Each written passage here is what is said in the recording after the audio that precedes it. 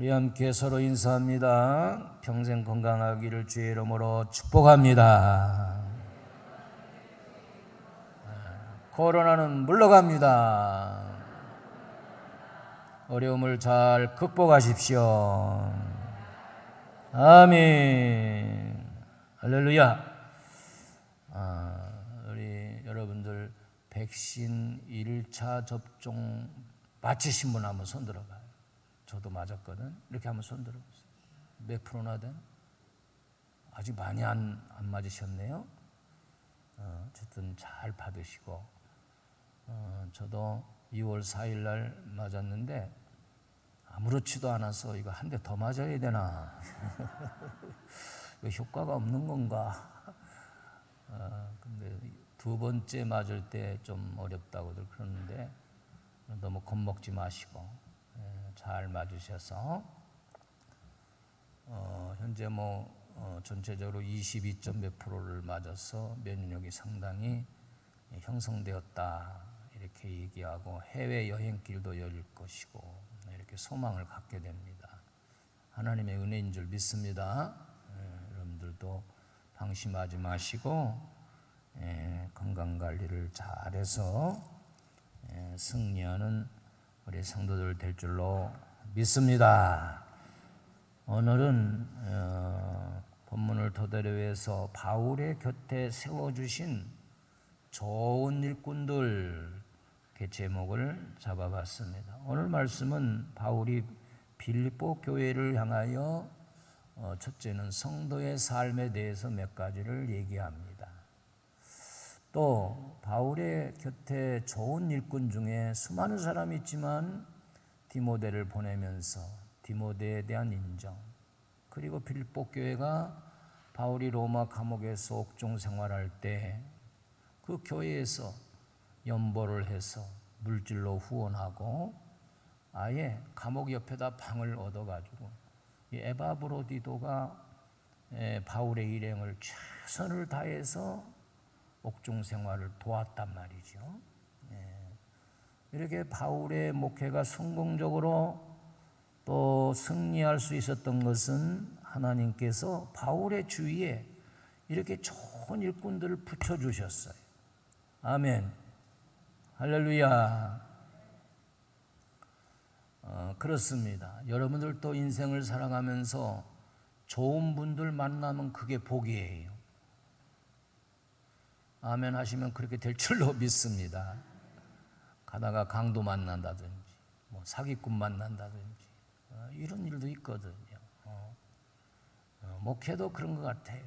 정말 목회는 내 이름으로 안 되는 거지만 힘으로 안 되는 것이지만 좋은 일꾼들을 하나님이 붙여주시면 목회가 저절로 되는 거예요. 저절로. 할렐루야.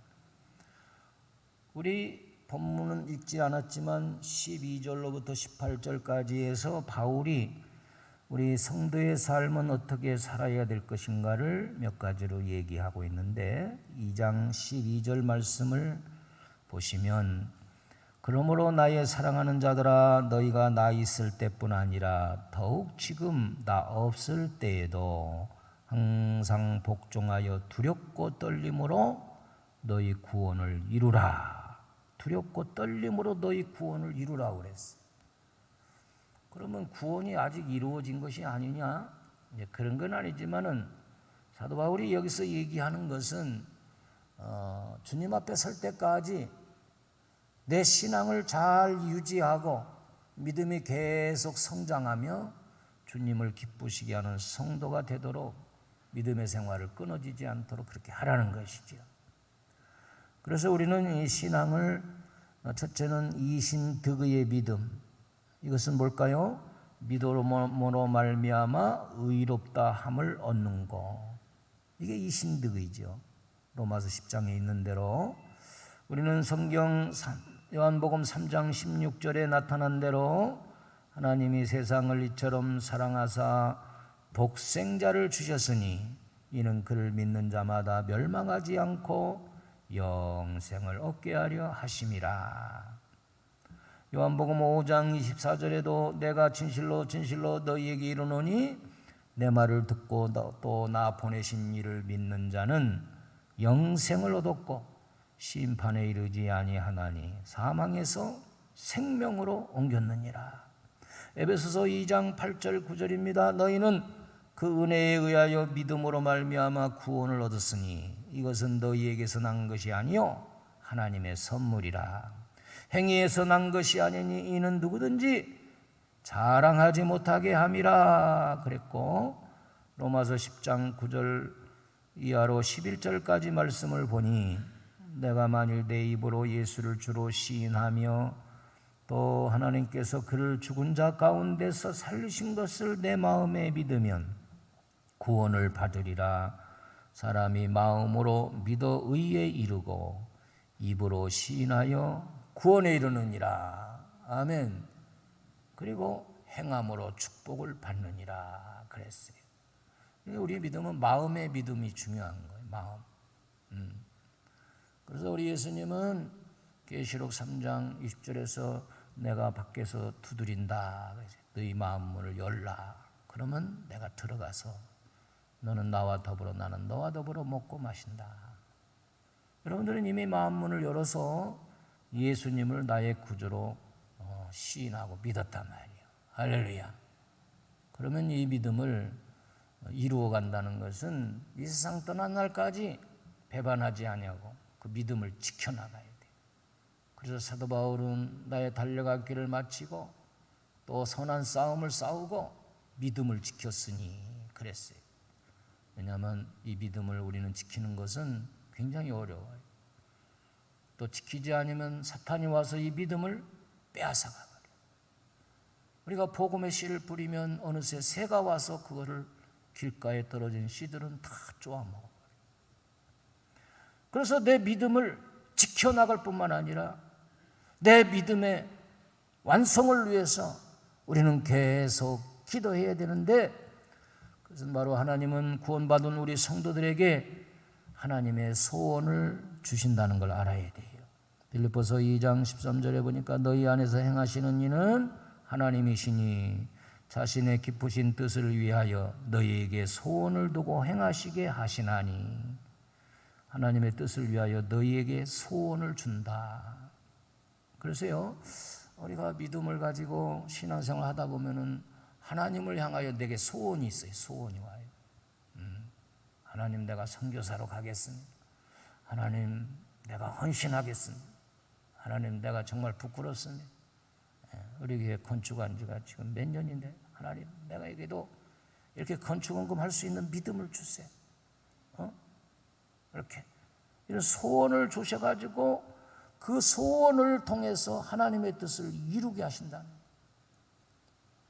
그래서 하나님이 여러분들의 마음속을 지금 문을 열고 들어가 보면은 세상에 대한 노후 생활에 대한 소원들은 막 이것저것 있고 이런데 내 생애 가운데 하나님을 향한 소원이 있는가 한번 우리 자신을 점검해 보는 거예요. 아유, 소원이 없구나. 하나님이 서운해 하시고. 하나님 뭡니까? 하나님의 뜻을 이루기 위해서는 하나님이 소원을 각자에게 주신다고 했는데 왜 나에게는 소원을 안 주시나요? 주세요. 하나님 주시옵소서. 그럴 때 하나님이 소원을 주셔가지고 이 마음에 소원을 딱 던져주시는 거예요. 할렐루야. 여러분들 그런 소원을 하나님을 향하여 이루어 가시기를 바랍니다. 이것이 나의 구원을 이루어 가는 것이지요. 히브리서 13장 21절 말씀해 보니까 모든 선한 일에 너희를 온전하게 하사 자기 뜻을 행하게 하시고 그 앞에 즐거운 것을 예수 그리스도로 말미암아 우리 가운데 이루시길 원하노라. 영광이 그에게 세세무궁토록 있을지어다. 아멘. 할렐루야. 그래서 우리 믿음은 칭의, 영화, 칭의, 성화, 영화 이 세 단계로 나눌 수가 있는데 우리가 예수 그리스도의 보혈을 믿으면 우리 죄사함 받는 칭의, 의롭다함을 받는 단계를 갖게 됩니다. 두 번째는 우리가 죄사함 받고 의롭다함을 받았을지라도 육신을 입고 있는 한 이 육신의 소욕에 따라 때로는 죄를 범할 수가 있다는 거예요. 그래서 우리는 계속해서 회개함으로, 기도함으로, 그래서 성화되어 가야 돼요. 자꾸 변화되고 새 사람을 입어야 된단 말이죠. 그래서 결국은 예수님의 인격의 분량까지 주님의 마음을 담고 주님을 생각하고 하늘나라를 바라보면서 계속 여러분들 신앙생활의 연조를 따라서 우리 인격이 변화되는 거예요. 이걸 성화라고 말하는 성화. 10년 전에 나와 예수 믿고 난 이후에 10년 후에 내가 완전히 변화되고, 그래서요 기도 많이 하는 우리 장로님이나 권사님들 이렇게 보면 벌써 얼굴이 달라져 있어요. 그래서 마귀의 얼굴이 변해서 천사의 얼굴로, 할렐루야. 내가 거울 앞에 나를 봐도 아이고 내가 성질이 많이 죽었구나, 온유한 자가 되고 겸손한 자가 되어지는 거예요.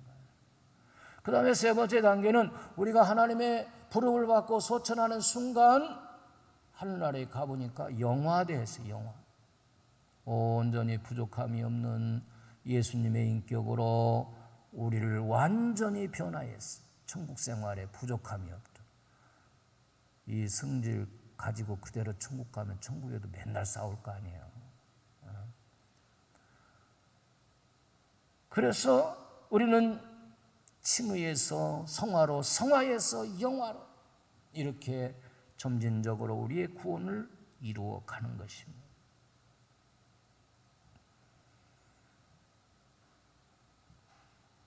마치 거지로 살던 아이가 왕의 아들로 그가 이제 호적을 바꾸고 양자로 들어갔을 때 몇 년 동안은 이 거지의 습성 가운데 따뜻한 침대를 버리고 자꾸 밖으로 나가서 자려고, 밥도 그냥 제대로 먹지 못하고 손으로 주워 먹고, 이게 갑자기 되는 게 아니잖아요.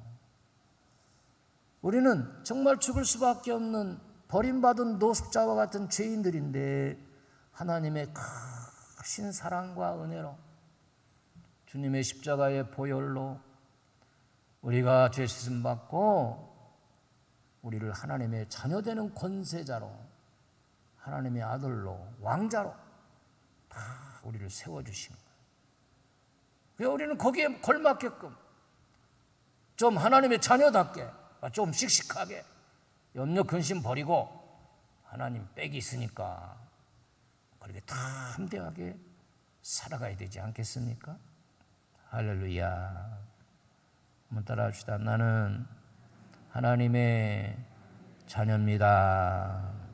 우리 하나님은 우주 만물을 다스리시는 만왕의 왕이시란 말이에요.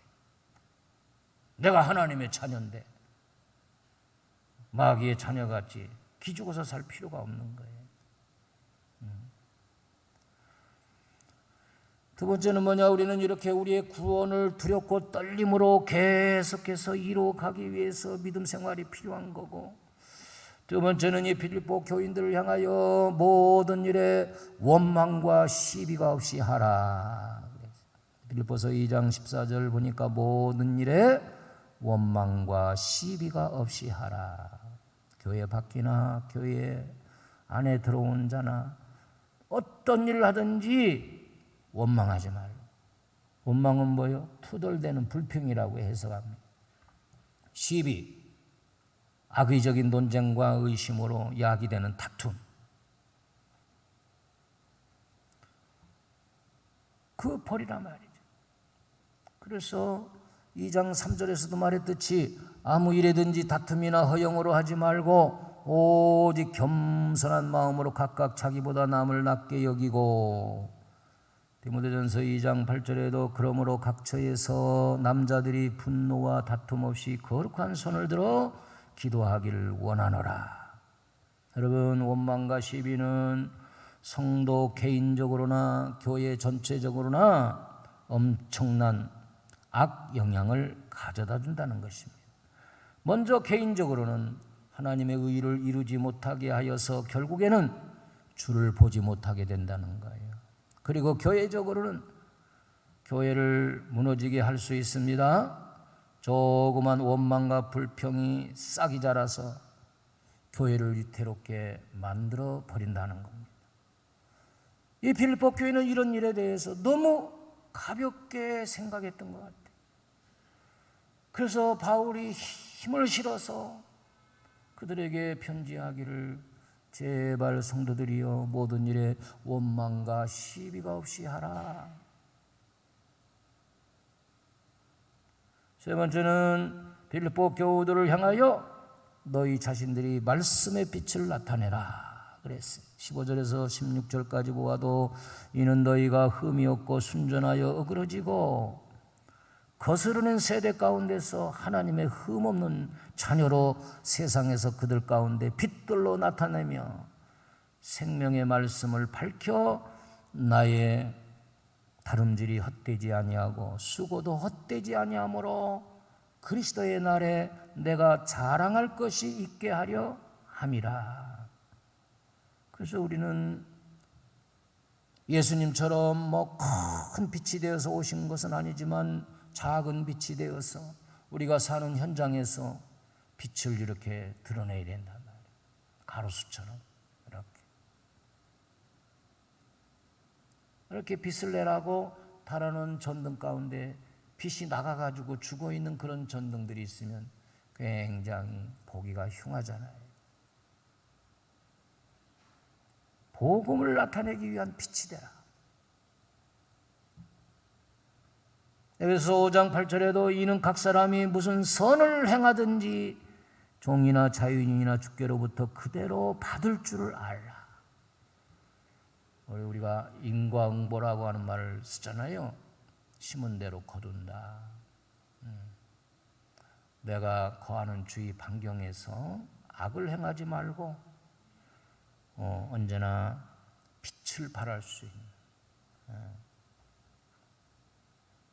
작은 빛이라도 발할 수 있는 그런 우리가 되는 그런 삶을 살라는 것입니다. 한번 바울은 본문의 내용 속에서 디모데와 에바브로디도를 소개하고 있어요. 바울 곁에 세워진 많은 일꾼들이 있는데도 특별히 이 디모데는 제2차 전도여행 시 빌립보 교회를 개척할 때에 만난 젊은 청년입니다. 디모데를 살펴보면 그는 어려서부터 어머니 유니게로부터 외조모 로이스로부터 신앙의 교육을 받았다는 겁니다. 정말 어려서부터 신앙 가운데 이렇게 자라나는 그런 성도는 그 신앙이 곁길로 갈 이유가 별로 없어요. 신앙이 잘 자라는데 여러분 우리가 어려서부터 부모님을 잘 만나서 신앙을 가진 것은 큰 축복인 줄로 믿으시길 바랍니다. 디모데후서 3장 15절 말씀 보니 또 어려서부터 성경을 알았나니 성경은 능히 너로 하여금 그리스도 예수 안에 있는 믿음으로 말미암아 구원에 이르는 지혜가 있게 하느니라. 모든 성경은 하나님의 감동으로 된 것으로 교훈과 책망과 바르게 함과 의로 교육하기에 유익하니 이는 하나님의 사람으로 온전하게 하며 모든 선한 일을 행할 능력을 갖추게 하려 함이라. 여러분 그렇습니다. 어려서부터 어머니, 할머니 그 어머니의 기도 가운데 어머니의 신앙 가운데 자라난 그런 사람들은 성경적으로나 인류 역사를 볼 때 다 믿음의 회복을 가지고 신앙생활을 잘했어요. 링컨이 어머니 낸시는 링컨이 9살 때에 세상을 떠나게 됩니다. 그때는 개척시대이기 때문에 그 아버지는 산속에 들어가 나무를 베서 밭을 일구고 이렇게 개척시대에 살았기 때문에 공부할 그런 여건도 안 됐어요. 링컨이 사는 집에서 초등학교가 약 14km 떨어졌대. 다행히 한 1년 정도 다니고 못 갔다는 거예요. 링컨이 22살까지 교육받았다는 그 자료는 초등학교 1년이에요. 그런데 왜 링컨은 미국 신문협회 기자들이 인류 2000년 역사 속에서 가장 위대한 인물을 뽑았는데 첫째가 예수 그리스도요, 바로 그 두 번째가 링컨이었다. 어떻게 해서 그런 큰 인물이 되었을까? 바로 그것은 어머니의 신앙입니다. 어머니의 신앙은 그의 자서전에 기록된 대로 정말 나를 사랑한 어머니였다. 할렐루야. 아니 목사님, 자식을 사랑하지 않는 어머니가 어디가 있겠어요? 그러나 그런 형식적인 사랑보다도 예수 그리스도께서 십자가에 달려들으신 아가페적인 사랑으로 어머니는 헌신적으로 그 링컨을 정말 사랑했다. 정말. 어떤 엄마는 화가 나가지고 막 애를 막 때리는 거 보면 정말 저게 친자식인지 의심스러울 정도로 막 화풀이해요. 얼마나 아이에게 상처가 되겠습니까? 두 번째는 그 어머니가 할머니로부터 받은 그 낡은 성경을 늘 링컨에게 이야기해주고, 그가 죽을 때 링컨의 손에 성경을 쥐어주면서 너는 돈 많이 버는 사람보다도, 명예를 원하는 사람보다도 이 성경 말씀대로 살면 하나님이 축복해 주신다. 유언을 해준 거예요. 결국 66권 성경이 이 링컨의 인생의 교과서가 된 거예요. 성경을 통해서 정직한 사람, 사랑의 사람이 된 거예요. 그래서 그 사랑으로 노예들을 해방시키고, 그 사랑으로 자기를 미워하는 사람들을 등용하고, 그럼 우리 자녀들을 향하여 우리 부모들이 실망하지 말고, 자녀 농사 내 맘대로 됩니까?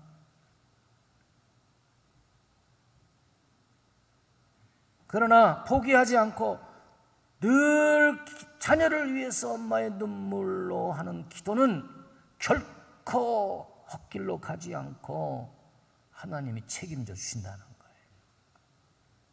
기도 쉬는 죄를 범하지 아니하고 자식들을 위해서 지금 현재 잘 살고 있어도 믿음 생활 잘하게 해달라고 기도하시고, 그 교회에서 목사님 잘 섬기고 주의 일 잘 감당할 수 있도록 기도하고, 그럴 때 그 기도가 응답되어서 우리 자녀들이 믿음 가운데 잘 신앙 가운데 살아나가는 역사가 일어날 줄로 믿습니다. 어거스틴의 어머니 모니카도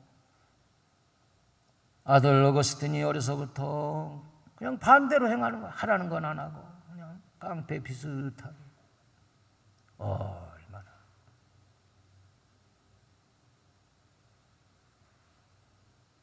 그렇게 타락하는 삶을 가질 때도 어머니는 여전히 그 아들 어거스틴을 위해서 눈물로 기도합니다.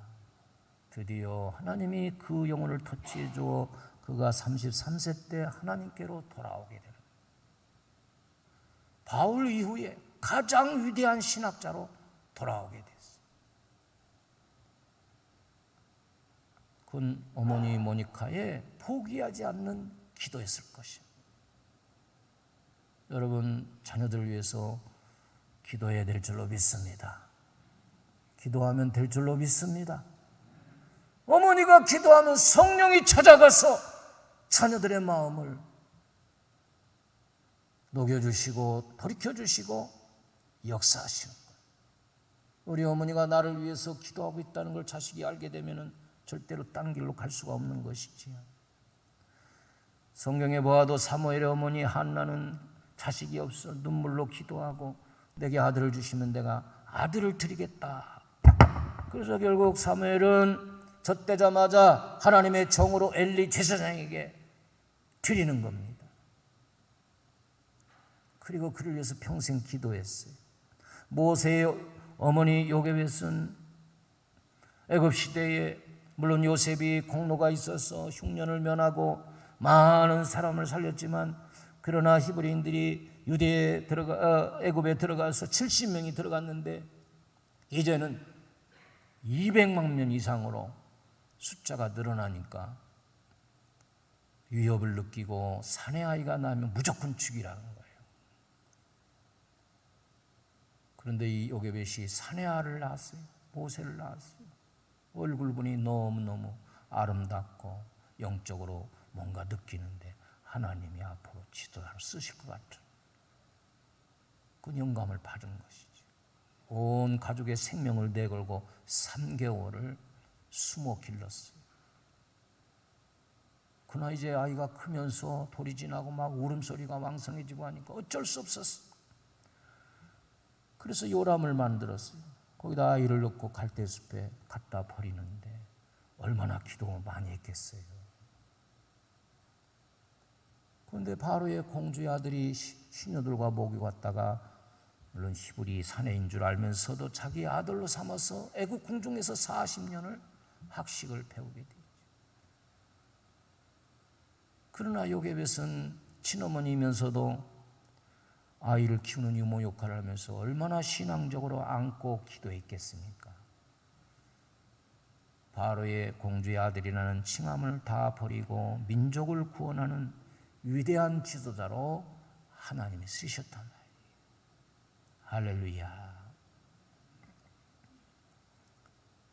여러분들이 자녀들을 위해서 포기하지 아니하고 늘 눈물로 기도하는 그 기도의 열매가 나타날 줄로 믿으시길 바랍니다. 디모데는 바울의 동역자라고 그렇게 고백합니다. 바울의 목회에 수족과 같은 역할을 했습니다. 디모데는 이렇게 신앙의 인물로서 바울과 함께 동역하는 그런 동역자로 바울을 도운 거예요. 로마서 16장 3절 4절에 보니 너희는 그리스도 예수 안에서 나의 동역자들인 브리스가와 아굴라에게 문안하라. 그들은 내 목숨을 위하여 자기들의 목까지도 내놓았나니 나뿐 아니라 이방인의 모든 교회도 그들에게 감사하느니라. 바울의 동역을 도운 디모데 같은 교역자도 있었지만 브리스가와 아굴라와 같은 위대한 신앙의 평신도 동역자도 있었다는 거예요. 어떻게 보면 우리는 주 안에서 우리 욕동 중앙교회 모든 성도들이 빌립보교회 모든 성도들이 다 바울의 복음을 전하는 이 선교하는 일에 동역자라는 거예요. 한번 같이 해봅시다. 나는 목사님의 목회의 동역자입니다. 믿으시길 바랍니다. 그러면 복 있는 사람이에요. 동역이라는 건 뭔가?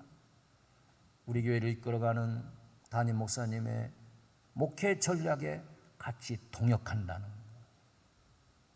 서로 갑시다 하면 같이 서로 싹, 그 다음에 동쪽으로 갑시다 그러면 동쪽으로 칵 가는 거예요.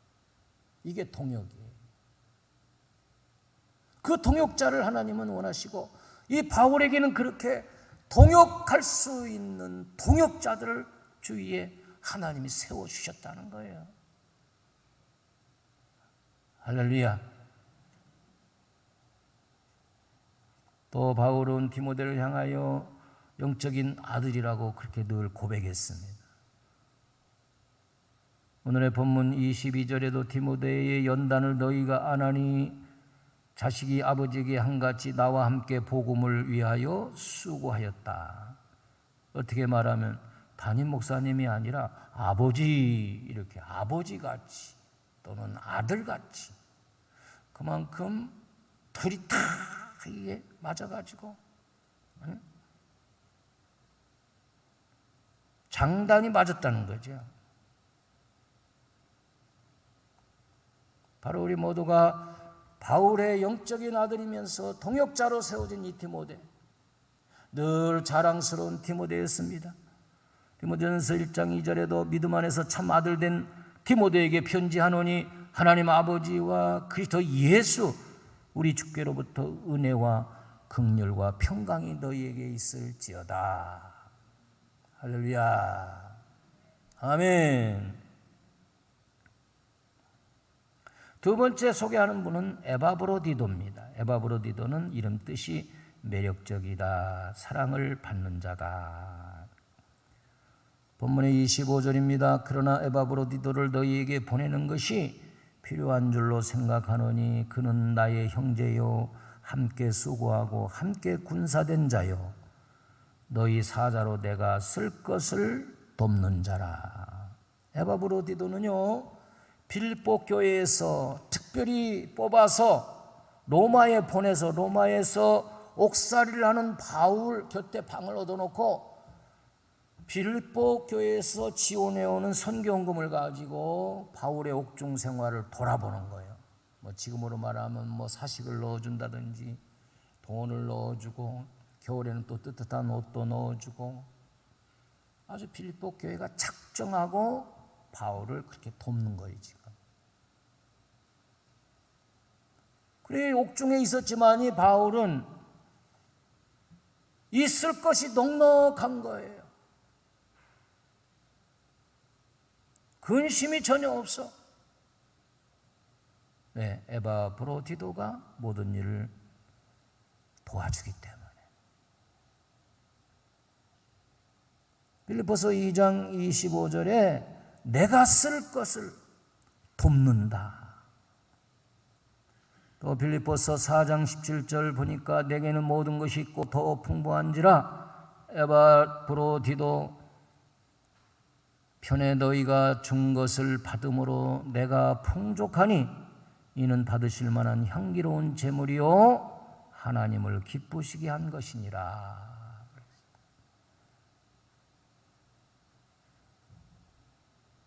바울의 한 형제라고 고백했습니다. 또 함께 수고한 자로 함께 군사된 자다. 나의 쓸 것을 도와주는 자다.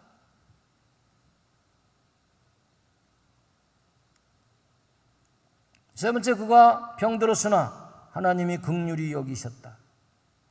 그리고 그를 영접하고 존귀하게 여기라고 사도 바울은 빌립보 교우들에게 편지합니다. 존귀하게 여기라, 다시 말하면 인정해 주라, 그거예요. 우리 하나님은요, 범사에 그를 인정하면 하나님께서 내 길을 지도하시겠다. 아멘. 잠언서 3장 6절에 그렇게 약속하고 있어요. 뿐만 아니라 사무엘상서 2장에 보니까 하나님께서 엘리 제사장에게 나를 존귀히 여기는 자가 나의 존귀함을 받을 것이다. 그러면서 엘리 제사장을 책망했고 엘리 제사장의 아들들이 홈니와 비느하스가 하나님을 존귀하게 여기는 제사의식에서 그 제사상에 오르는 고기를 슬쩍슬쩍 훔쳐가지고 구워 먹고 하나님이 그만 두 아들을 죽이게 만들어. 엘리는 그만 의자에 앉았다가 넘어져서 목뼈가 부러져서 죽게 돼. 다시 말하면 바울이 빌립보 교회에 에바브로디도를 보내면서 제발 이런 일꾼을 좀 인정해라. 너희가 인정해라. 여러분, 하나님의 교회를 받드는 어떤 일꾼을 향하여 우리가 막 간섭하고 욕하고 하는 것은 굉장히 쉬워요. 그러나 그런 말을 자꾸 하게 되면은 일하는 그 일꾼이 실족하게 되고 심지어는 교회를 떠나게 되고 하나님이 기뻐하시지 않는다는 거예요. 그러니까 이 말씀을 통해서는 우리는 먼저 하나님을 범사에 인정해드리는 성도의 삶을 살라는 거예요. 하나님을 범사에 인정한다는 것은 여러 가지가 있지만 첫째는 예수 그리스도의 십자가를 인정하는 겁니다. 아멘이시죠? 그 보혈을 인정해서 내가 구속함을 받고, 두 번째는 여러분들 마음속에 성령이 늘 내주하시면서 여러분들에게 자꾸 때로 주시는 거예요. 이렇게 감동을 주시는 거예요. 아무개 성도야 이렇게 해라, 이렇게 해라. 그걸 거역하지 말라는 거예요. 우리는 성령의 내주와 주님의 교회를 이끌어가는 성령님의 역사를 인정해드려야 됩니다. 할렐루야. 그리고 오늘 바울이 얘기한 대로 사람을 인정하는 버릇을 가져야 돼요. 존귀하게 여기다. 사람을 존귀하게 여기는 사람은 모든 것을 다 취하게 됩니다. 우리가 사람을 불신하고 사람을 내치다가 당하는 일들이 참 많아요. 특히 주님의 교회에 빌립보 교회 성도들아, 이런 귀한 일꾼을 너희가 환영하고 존귀하게 여기라는 부탁을 하게 되는 겁니다. 여러분, 가정에서 부부끼리 서로 얼마만큼 인정해 줍니까? 아내를 얼마만큼 인정해 주나요? 남편을 가장으로 인정해 주나요? 잘하는 것입니다. 복이 돌아오는 거예요. 불신을 하고 무시합니까? 돌아오는 것이 무엇이겠어요? 아무것도 없습니다. 내가 가정에서 남편이나 아내나 서로 간에 인정받지 못한다고 할 때에 그 인생은 끝나는 거예요. 내가 주님의 교회에 와서 내가 정말 하나님의 일을 하려고 하는데 사람들이 나를 인정해 주지 않을 때 더 이상 일하고 싶지 않은 거예요. 그래서 그렇게 무시하는 빌립보 교인들은 하나님 앞에 상급을 받을 자격을 잃어버리는 겁니다. 정말 부흥하고 성장하는 교회의 특징은 담임 목사를 담임 목사로 인정합니다. 이게 무슨 소리냐? 그러면 인정하지 않는 교회도 있느냐? 많아요. 막 끌어내리고 방해하고 마음을 아프게 하는 거예요. 그런 교회들이 대세예요. 그래도 한국교회 초대교회 시절에는 그냥 주의 종입니다, 목사님입니다 하기만 해도 굉장히 어려워하고 존경하고 그랬습니다. 순종하고요. 그러나 요즘은 물론 교회가 결국은 어떻게 돼서인지 하나님을 무시하고 그러다 보니까 교회의 주의 종들 목사님 님자도 안 붙입니다. 예. 선생님 님자도 안 붙입니다. 이런 시대로 흘러가 버리니까 마귀는 좋다고 막 춤을 추는 겁니다. 그러나 교회라고 다 그런 건 아닙니다. 성령님이 운행하시는 교회는 우리 성도들끼리 서로를 굉장히 존귀하게 여기고 영접하고 귀하게 여기는 거예요. 따라 합시다. 사람을 좀 크게 해봅시다. 사람을 귀하게 여기게 하옵소서.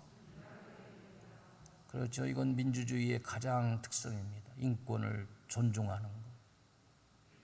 한 사람이 지하 수백 미터 있어도 그를 구출하기 위해서 자원이 수백억이 들어가도 그가 살아있다는 걸 알면 계속 땅을 파고 들어가는 거예요. 그러나 공산주의는 그렇지 않습니다. 인권을 유린하는 거예요. 무시하는 거예요.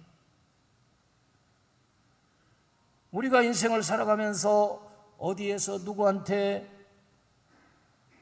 나를 무시했다고 생각될 때에 얼마나 실족이 되겠습니까? 그래 실족이 되지요.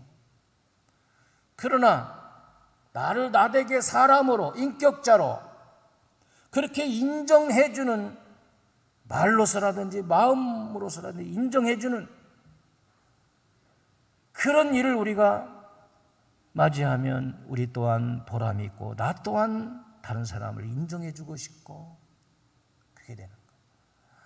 어떤 사람이 나에게 요만한 서운한 얘기를 하면 그냥 섭섭병에 들려가지고 막 그랬어 저랬어 하면서 섭섭한데 진작 나 자신을 바라보면 하루에도 수십 번씩 상대방들에게 톡톡 이렇게 내뱉는 말이 상대방을 무시하고 인정하지 않는 부정하는 그런 오류를 범할 때가 참 많다.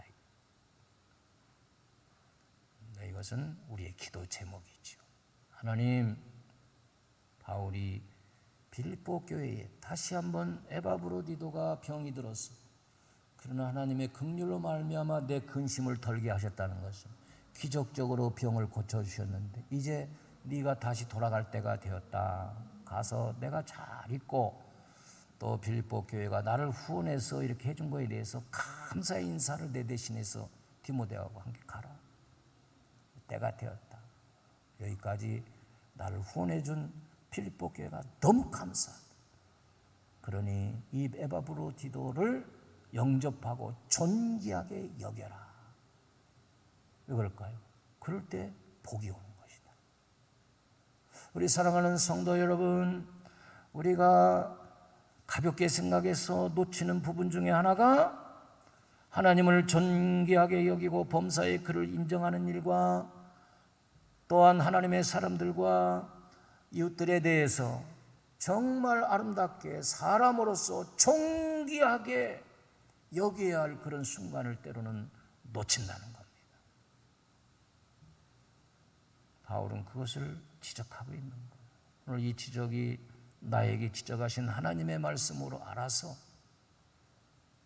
하나님을 더욱더 존귀하게 여겨야 됐다고 생각만 해도 하나님은 다 아시기 때문에 하나님 또한 그 영혼을 존귀하게 여기사 존귀하게 여기는 그 복을 우리에게 영혼이 잘된 같이 범사가 되고 잘되고 육신의 강건함과 형통의 복을 주시지 않겠습니까?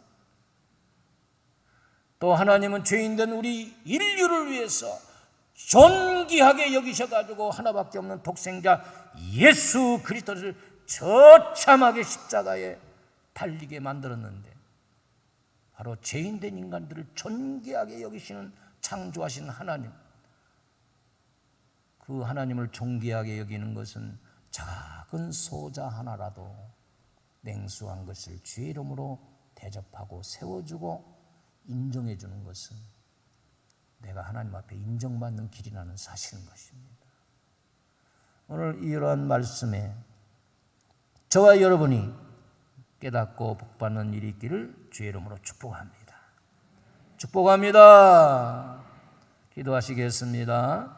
은혜가 풍성하신 하나님, 사도 바울은 빌립보 교회를 세우고 늘 눈물로 위하여 기도하며 편지를 써서 권면합니다. 성도의 삶은 두렵고 떨림으로 자신의 구원을 이루어 가야 된다.